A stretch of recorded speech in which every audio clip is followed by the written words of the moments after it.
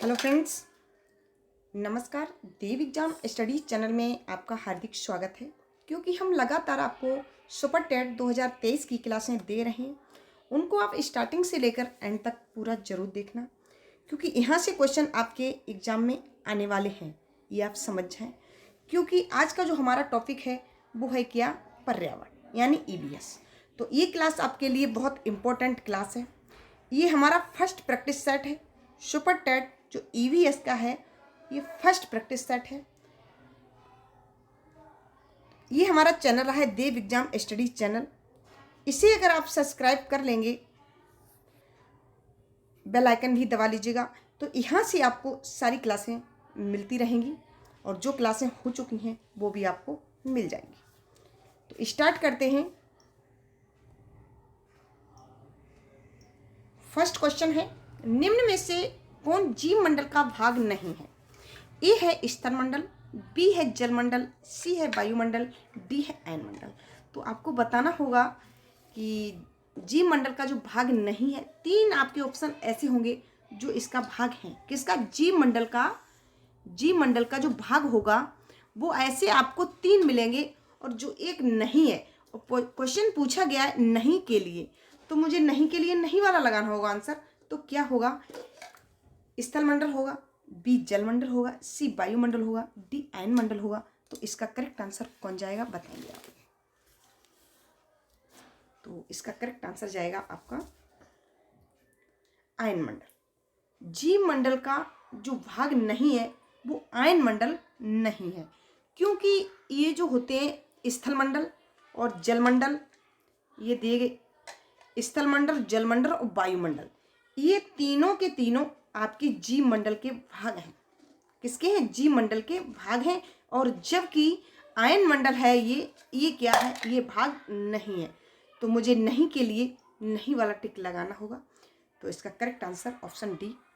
Next question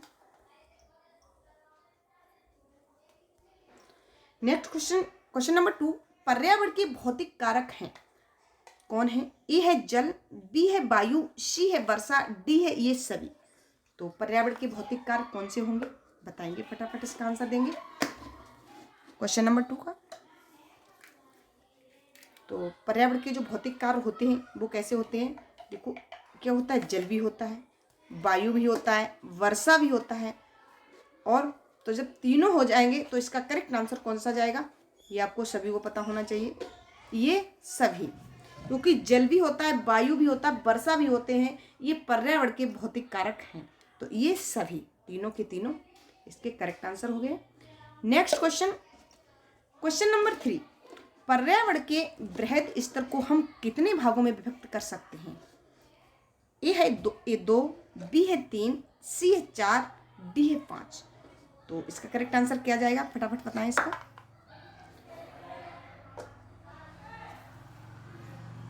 तो इसका correct answer जाएगा आपका ऑप्शन ए, 2।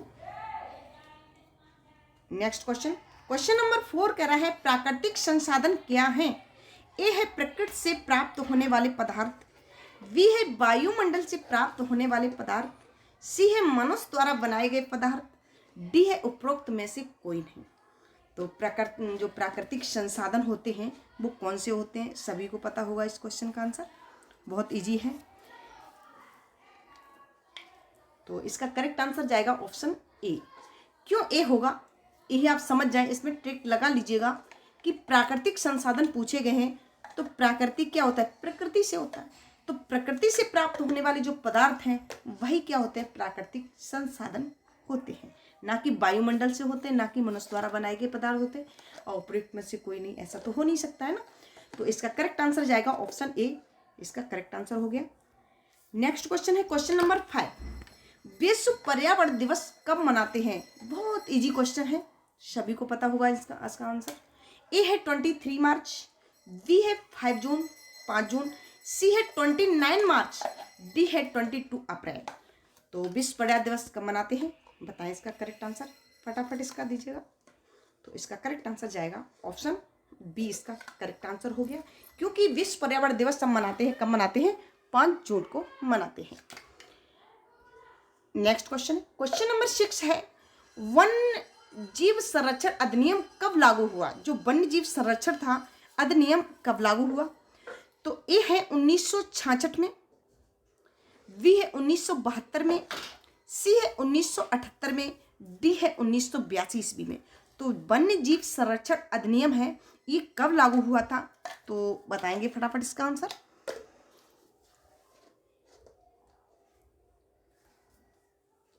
तो इसका करेक्ट आंसर जाएगा ऑप्शन बी, 1972 में, 1972 में ये वन्य जीव संरक्षण अधिनियम लागू हो गया था।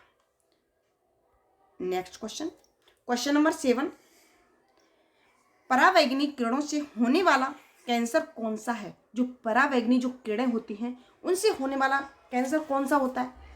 ए है त्वचा का कैंसर, बी है यकृत का कैंसर, सी है मुख का कैंसर और डी है रुधिर का कैंसर।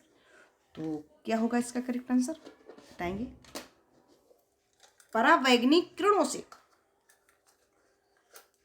तो इसका करेक्ट आंसर जाएगा ऑप्शन ए। ऑप्शन ए इसका करेक्ट आंसर हो गया है कि त्वचा का जो कैंसर होता है वो परावैंगनिक किरणों से होने वाला कैंसर होता है। अगर आपको पता नहीं, इसी तरीके से आप नोट्स बनाते रहिएगा, नोट कर लें इन चीज़ों को और शॉर्ट नोट्स जरूर बनाएं, क्योंकि एग्जाम के समय ये आपके बहुत काम आएंगे, है ना। क्लासें जो हो रही हैं उनको लगातार देखिएगा और अपने नोट्स भी बनाते जाइएगा। और फ्री में PDF आपको प्राप्त कराई जाएगी। क्लासें आपकी फ्री में चल रही हैं, कोई दिक्कत नहीं है। केवल चैनल को आप सब्सक्राइब कर लीजिएगा। पहली बार है तो इसको सब्सक्राइब जरूर कर लें, जिससे आपको अगली क्लास मिलती रहेगी, है ना। नेक्स्ट क्वेश्चन है क्वेश्चन नंबर 8, किस वैज्ञानिक ने जीव मंडल शब्द के स्थान पर पारिस्थितिकी मंडल शब्द का प्रयोग किया? किस वैज्ञानिक ने किया था वो बताना हुआ। ए है कोल ने, बी है अर्नेस्ट ने, सी है जॉन रे ने और डी है इन सभी ने। तो इसका करेक्ट आंसर क्या जाएगा? फटाफट इसका बताइएगा क्या होगा। तो इसका करेक्ट आंसर जाएगा ऑप्शन ए, कॉल ने। क्योंकि ऐसा था, जो वैज्ञानिक थे उन्हें जीव मंडल शब्द के स्थान पर पारिस्थितिकी मंडल का शब्द का प्रयोग किया था, वो केवल ऐसे थे कॉल ने ही इस शब्द का प्रयोग किया था। नेक्स्ट क्वेश्चन है क्वेश्चन नंबर 9, खनिज पदार्थ किसे कहते हैं? ए है प्रकृति के जीव को कहते हैं, बी है प्रकृति के तत्व को कहते हैं, सी है प्रकृति के रसायन को कहते हैं, डी है इनमें से कोई नहीं। तो इसका करेक्ट आंसर कौन सा होगा बताएंगे आप लोग।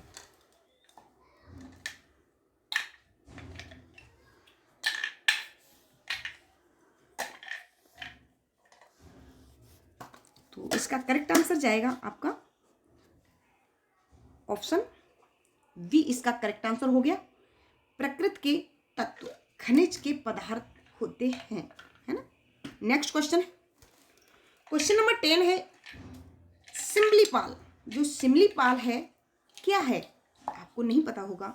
तो ए है पर्यावरण, बी है संरक्षित क्षेत्र होता है, सी है जीवमंडल होता है क्या, और डी है ये सभी।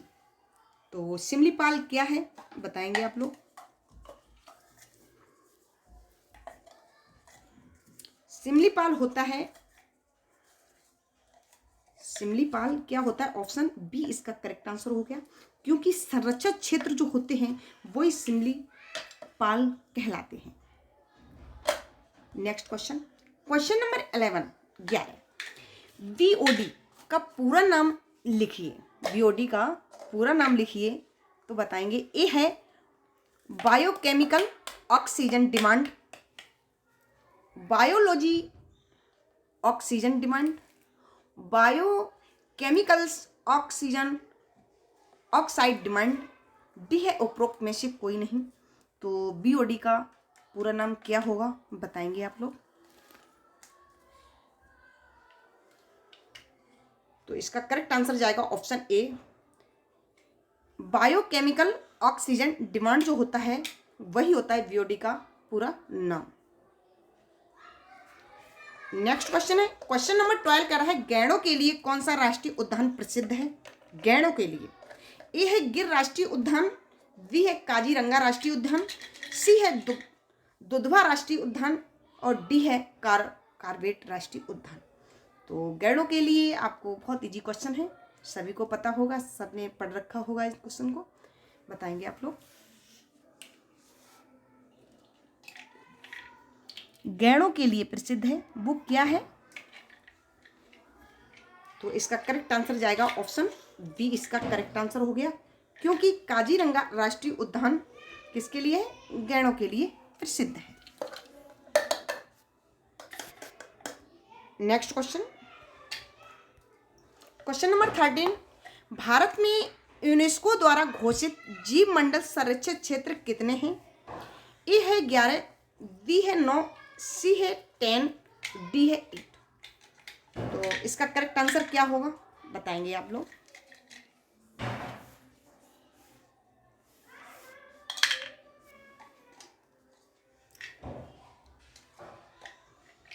तो इसका करेक्ट आंसर होगा ऑप्शन बी, इसका करेक्ट आंसर हो गया, क्योंकि 9 होती है इसकी संख्या।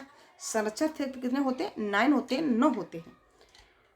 नेक्स्ट क्वेश्चन, क्वेश्चन नंबर 14, पुराना चिपको आंदोलन किसके नेतृत्व में हुआ था?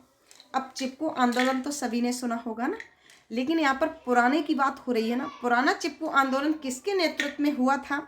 ए है अमृता देवी, बी है बिपसा देवी, सी है अर्पणा देवी और डी है इनमें से कोई नहीं। तो इसका करेक्ट आंसर क्या जाएगा बताएंगे आप लोग। 14 का किसके नेतृत्व में हुआ था पुराना चिपको आंदोलन?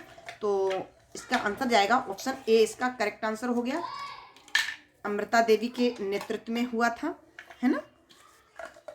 Next question, question number 15, red data book RDB क्या है?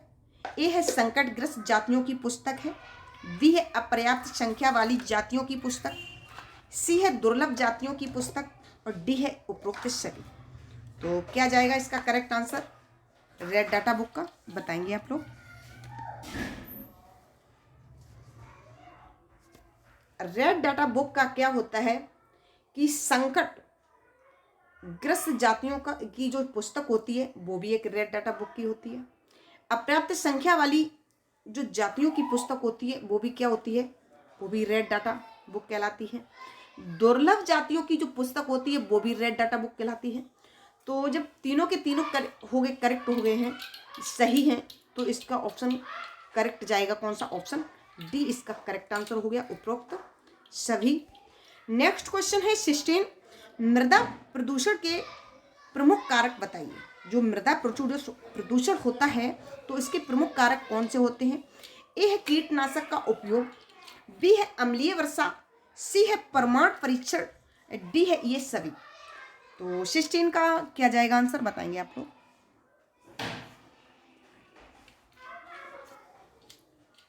क्योंकि क्या होता है, मृदा प्रदूषण के जो कारक होते हैं, कीटनाशक का जो उपयोग होता है वो भी यही होता है, क्योंकि मृदा प्रदूषण के कारक ये तो होता है। अम्लीय वर्षा ये भी होता है और परमाणु परीक्षण ये भी होता है। तो इसका करेक्ट आंसर क्या जाएगा? ऑप्शन डी, इसका करेक्ट आंसर हो गया। Next question, question number 17, ozone परत के क्षरण से क्या तात्पर्य है? ए है ओजोन का विघटन, बी है ओजोन का संश्लेषण और सी है ओजोन की सांद्रता और डी है ओजोन का क्षरण। तो बताएंगे इसका करेक्ट आंसर क्या होगा। ओजोन परत के क्षरण के से क्या तात्पर्य होता है?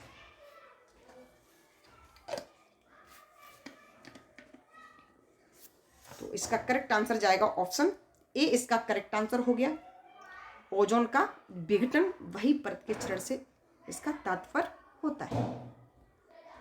नेक्स्ट क्वेश्चन है क्वेश्चन नंबर 18, वन संरक्षण संबंधित कानून भारत में कब लागू हुआ था? वन संरक्षण की बात यहाँ पर कही गई है। वन संरक्षण संबंधित कानून भारत में कब लागू हुआ था? तो ए है 1990 में, बी है 1980 में, सी है 1985 में, डी है 1995 में, 1995 में। तो इसका करेक्ट आंसर क्या जाएगा बताएंगे आप लोग 18 का। तो 18 का करेक्ट आंसर है ऑप्शन बी, 1980 में। 1980 में जो वन संरक्षण संबंधित कानून भारत में लागू हो गया था 1980 ईस्वी में। नेक्स्ट क्वेश्चन है क्वेश्चन नंबर 19।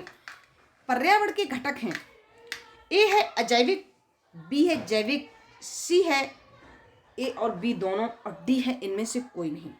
तो ये क्वेश्चन ज़्यादा हार्ड नहीं है, बहुत इंपॉर्टेंट क्वेश्चन है। ये एग्जाम में कई बार पूछा गया है कि पर्यावरण के जो घटक होते हैं वो कौन से होते हैं, है ना। तो बताएंगे आप लोग।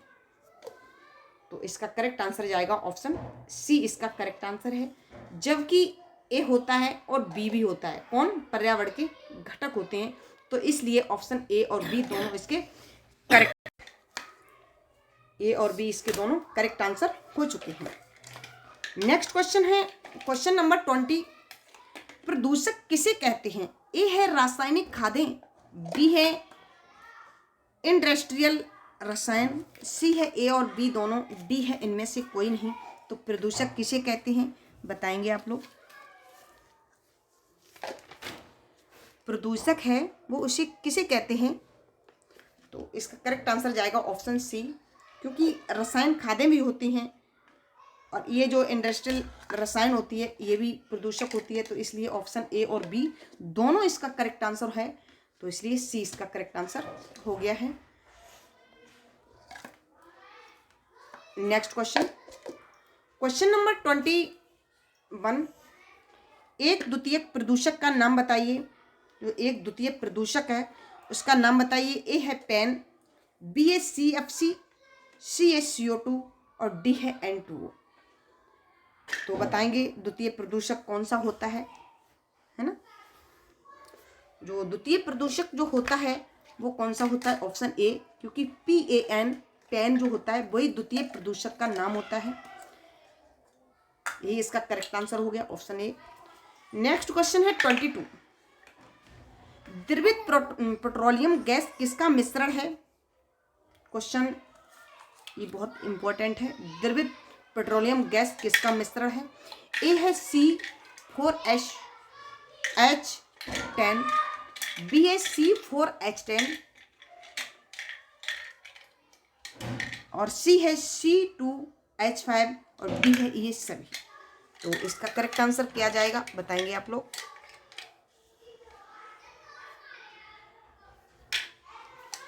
तो इसका करेक्ट आंसर जाएगा ऑप्शन डी, इसका करेक्ट आंसर हो गया, क्योंकि ये और ये तीनों के तीनों इसके आंसर हैं, द्रवित पेट्रोलियम गैस के होते हैं। C4H10 और C4H10 दोनों एक ही हो गए, कोई दिक्कत नहीं है। सी है C2H5 ये भी होता है, तो ऑप्शन डी इसका करेक्ट आंसर हो गया है।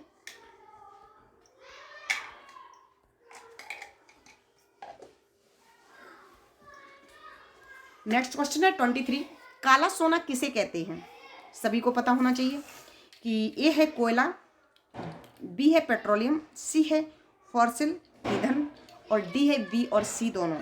तो काला सोना जो होता है वो क्या होता है बताएंगे आप लोग। ऑप्शन कौन सा सही है इसका?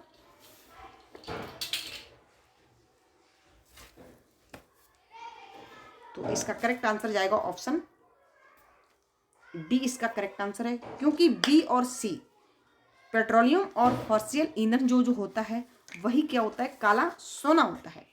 तो इसीलिए इसका करेक्ट आंसर हो गया ऑप्शन डी। नेक्स्ट क्वेश्चन है 24। ये आप समझ जाएं कि क्वेश्चनों की जो श्रृंखला है 25 है, और क्या होता है कि आप क्वेश्चनों को, जो आपको क्वेश्चन इनमें से जो नहीं आता है वो नोट जरूर आप कर लें, क्योंकि ये क्वेश्चन बहुत इंपॉर्टेंट है, ये आपके एग्जाम में आने वाले हैं। ये आप समझ जाएं कि प्रदूषक का मुख्य कारण क्या है। ए है मानव क्रियाकलाप, बी है प्राकृतिक आपदाएं और सी है बढ़ती जनसंख्या और डी है ये सभी। तो प्रदूषण का जो मुख्य कारण होता है वो क्या होता है, किसके लिए होता है ना, ये आप बताएंगे। 24 का क्या आंसर होगा? 24 का आंसर होगा आपका करेक्ट ऑप्शन है इसका ऑप्शन डी, इसका करेक्ट आंसर हो गया, क्योंकि मानव क्रियाएं जो कलापें होती हैं वो भी प्रदूषक का एक मुख्य कारण है। इसका प्राकृतिक जो आपदाएं होती हैं वो भी प्रदूषण का एक मुख्य कारण होता है। बढ़ती जनसंख्या जो होती है वो भी प्रदूषण का एक मुख्य कारण होता है। तो इसलिए ऑप्शन तीनों के तीनों जब सही है तो मुझे कौन सा करेक्ट आंसर होगा इसका? ऑप्शन डी इसका करेक्ट आंसर आपका हो चुका है। नेक्स्ट क्वेश्चन है 25। आज के सेशन का ये लास्ट क्वेश्चन है 25। बाघ परियोजना कब शुरू की गई थी? ये आपको आंसर बताना होगा। बहुत इजी क्वेश्चन है अगर आपने पढ़ा होगा, और ये क्वेश्चन जितना इजी है उतना ये आप समझ लो आपके एग्जाम में ये आने वाला है। बाघ परियोजना कब शुरू हुई? ए है 1978 ईस्वी में, बी है 1985 ईस्वी में, और सी है 1919 ईस्वी में, और डी है 1973 ईस्वी में। तो बाघ परियोजना कब शुरू की गई थी? तो बताएंगे इसका करेक्ट आंसर क्या होगा। और अभी तक हमने आपको सब्सक्राइब करने के लिए बीच में कुछ भी नहीं बोला है, तो ये हमारा चैनल है देव एग्जाम स्टडीज चैनल। इसे आप सब्सक्राइब जरूर कर लें और बेल आइकन भी दबा लीजिएगा, तो यहाँ से आपको सारी क्लासें मिलती रहेंगी। पहली बार है तो इसे सब्सक्राइब करना मत भूलिएगा। बहुत मेहनत लगती है इन क्लासों में आपको देने के लिए, और फ्री में ये सारी क्लासें आपकी मिलेंगी। और PDF आपको टेलीग्राम जरूर ज्वाइन करें। देव एग्जाम स्टडीज ये डालेंगे आप, टेलीग्राम पे सर्च करेंगे देव एग्जाम स्टडीज, तो ये आप समझ जाएं। यहाँ से आपको टेलीग्राम पे सारी क्लासें भी आपको मिल जाएंगी। कुछ भी आपको PDF होगी वो भी आपको फ्री ऑफ कॉस्ट में दी जाएगी। कोई भी पैसे नहीं, कहीं भी देने की आपको ज़रूरत नहीं है। एक भी पैसा मत दीजिएगा, और पहली बार में ही आप सुपर टेट क्वालिफाई कर जाओगे बहुत अच्छे नंबरों से। तो बताएंगे इसका आंसर क्या होगा। बाघ परियोजना कब शुरू की गई थी? तो इसका करेक्ट आंसर क्या होगा? सभी को पता होगा। तो इसका करेक्ट आंसर जाएगा ऑप्शन डी, इसका करेक्ट आंसर हो गया। डी इसका करेक्ट आंसर है। 1973 ईस्वी में बाघ परियोजना शुरू की गई थी। तो ये क्लास आपको कैसी लगी वो कमेंट करके ज़रूर मुझे बताएं। Thank you watch video. मैं आपके साथ इंद्रा मैम।